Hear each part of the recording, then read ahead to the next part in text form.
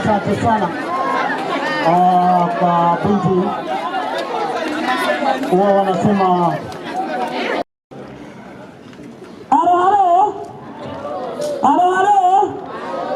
nani amejua kuna hatari ya Ebola mkono tu? Ebola wengine hatutii. Mambo mengi yale yanaharibika mtaani na nchini, mambo mengi mabaya yale yanafanywa na watoto wetu, ni sisi wazazi tumewaachilia nyumbani. Hatuwaangalii vizuri. Watoto wako na shida zao, lakini tusiwaachilie. Wanatuhitaji sisi tuwaongoze ili wawe viongozi wazuri wa kesho.